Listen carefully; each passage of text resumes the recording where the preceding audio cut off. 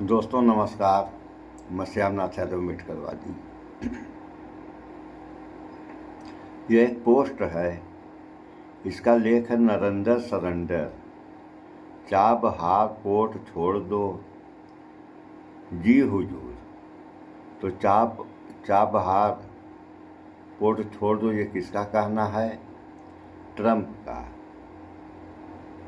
और प्रधानमंत्री नरेंद्र मोदी का क्या कहना है? जी हुजूर। पोस्ट भी देखें आप लोग, देखिए ये रहा पोस्ट। अभी हम इस पे आप लोगों को एक समाचार भी सुना रहे हैं। तो हुआ क्या, ये चाबहार जो है ये परियोजना भारत और भारत का जितने देशों से जुड़ाव था, इन सारे लोगों के, यानी भारत को और अफ़गानिस्तान है, ईरान है और जितने भी देश उस परियोजना से जुड़ते, सारे देशों का काफ़ी फ़ायदा होता। तो फ़ायदा के कौन चलाए, ये व्यवस्था नुकसान में बदल गई। अब इस परियोजना में 130 नहीं 120 मिलियन डॉलर शायद लग चुका था, जो पैसा डूब गया। अब तो मिलने वाला नहीं है। इसके जो थे बड़े अधिकारी वो सब इस्तीफा दे दिए। तब ये व्यवस्था समाप्त ही मानी जाएगी। तो ये जो नुकसान हुआ, तो नुकसान तो हुआ ही। नुकसान के साथ ही साथ माने जो 2047 तक विश्वगुरु बनने वाला है और विकसित राष्ट्र बनने वाला है, इसकी कितनी बड़ी बेइज्जती। देश की तो बातें छोड़िए, दुनिया में हुई, इस पर किसी का ध्यान नहीं जा रहा है। सो आप लोगों से हमारा ये कहना है कि इस बेइज्जती पर भी तो कुछ ध्यान रख जाना चाहिए लोगों का, कि पैसा तो पैसा डूबा, और भोजपुरी में कहते हैं कि पैसा तो पैसा डूबा और बेइज्जती घलुआ में। सो थोड़ा सा आप लोग इस वीडियो में इस समाचार को सुन लें। उसके बाद क्या हुआ, क्या होना चाहिए था, आप लोग खुद ही जान जाएंगे। सुनिए आप लोग, सुनिए।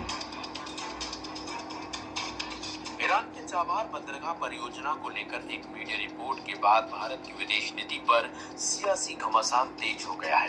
कांग्रेस ने प्रधानमंत्री नरेंद्र मोदी पर अमेरिकी दबाव के आगे झुकने का आरोप लगाते हुए कहा कि चाबहार जैसे रणनीतिक रूप से अहम प्रोजेक्ट से पीछे हटना देश के राष्ट्रीय हितों के साथ समझौता है।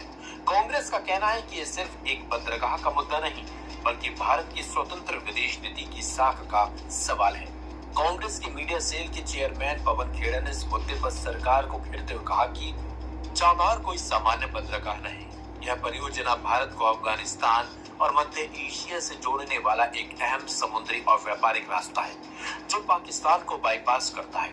साथ ही यह चीन की बेल्ट एंड रोड इनिशिएटिव का रणनीतिक जवाब भी माना जाता रहा है। ऐसे में इस परियोजना से पीछे हटने की खबरें बेहद चिंताजनक है। पवन खेड़ा ने आगे कहा कि अगर यह सही है कि भारत ने अमेरिका के थोड़े से दबाव में चुपचाप चाबहार परियोजना से कदम पीछे खींच लिए हैं, तो यह मोदी सरकार की विदेश नीति में एक और गिरावट को दर्शाता है। भारत सरकार कब तक वॉशिंगटन को यह तय करने देगी कि हमारी राष्ट्रीय हित क्या होने चाहिए।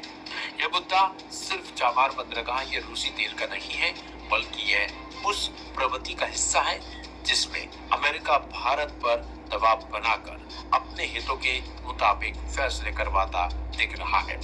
इसके साथ साथ कांग्रेस ने एक्स पर एक पोस्ट के जरिए मोदी सरकार को घेरा भी है।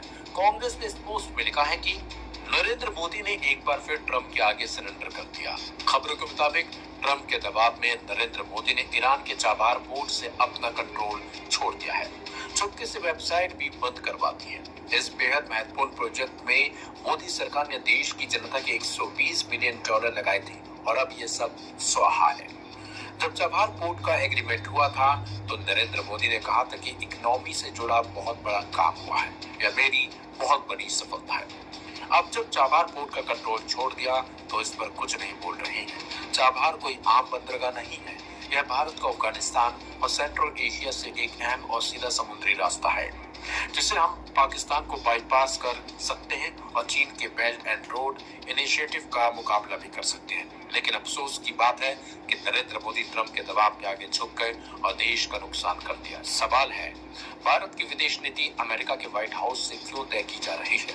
नरेंद्र मोदी अमेरिका को भारत पर दबाव बनाने की अनुमति क्यों दे रहे हैं?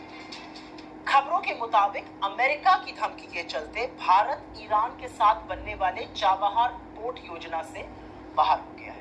सारे सरकारी डायरेक्टर्स ने एक साथ इस्तीफा दे दिया और वेबसाइट को भी बंद कर दिया गया है। इस पर ज्यादा चर्चा करने से पहले एक बार समझते हैं कि चाबहार पोर्ट के फायदे क्या थे।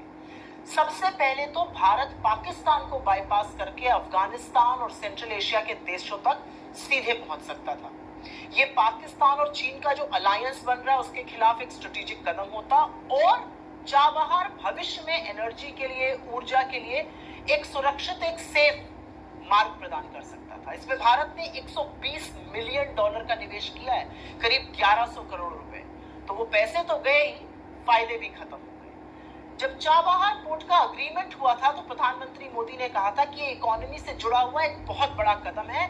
उन्होंने इसे अपनी बड़ी सफलता बताया था। तो अब कुछ सवाल तो उठेंगे ही, यकाएक ऐसा क्या बदला कि हम प्रोजेक्ट से ही बाहर हो गए? ये कौन सा खौफ है अमेरिका का? हम इतना नतमस्तक क्यों हुए जा रहे हैं अमेरिका के सामने? इसका क्या मतलब है? और एक बड़ी बात, हम अपने राष्ट्रीय हित को ताक पर रखकर अमेरिका की जी हजूरी क्यों कर रहे हैं? लेकिन सबसे बड़ा सवाल आज भी वही है कि भारत, ये देश हमारी सरकार चला रही है या हमारा नीति निर्धारण ट्रंप मोदी जी को आदेश देकर कर रहे हैं? ये सारी बातें बहुत बड़े सवाल खड़ा करती हैं और सवाल फिर से पूछा जाएगा, हम चाबहार पोर्ट प्रोजेक्ट से बाहर क्यों हुए? इतना पैसा बर्बाद क्यों हम कर रहे हैं? जो सारे फायदे मिलते अब वो हमें नहीं मिलेंगे और हम अमेरिका के इशारों पर उनको खुश करने के लिए हर काम क्यों करते जा रहे हैं? दरअसल सुन लिया आप लोगों ने, $120 मिलियन यानी 1100 करोड़ रुपए होते हैं। तो इतना तो पैसा डूब ही गया। जो इज्जत पे धब्बा लगा उसकी बातें छोड़िए आप लोग। तो ऐसा ही हुआ और होता रहेगा। तो ये देश और इस देश की जनता जाएगी कहाँ? इन सब बातों पे विचार करें आप लोग। और होता क्या है, कोई भी काम आदमी करता है, चाहे कोई भी करने वाला क्यों न हो, उस काम में सबसे पहले फ़ायदा देखता है। अगर फ़ायदे का काम है तब तो सारे लोग करते हैं, नुकसान का काम कोई नहीं करने जाता है। अगर फ़ायदे के काम में नुकसान हो जाता है कभी कभार, और अगर नुकसान का धंधा किया गया तब क्या होगा? उस देश का, जो देश इस राह पे चल पड़े। सो इन सब बातों पर विचार करें आप लोग। इस वीडियो में इतना ही। भाईचारा बना कर रहें, स्वच्छता अपनाएं, सुख खाएं, स्वस्थ शिक्षित बने। जय विज्ञान, जय संविधान। नमस्कार।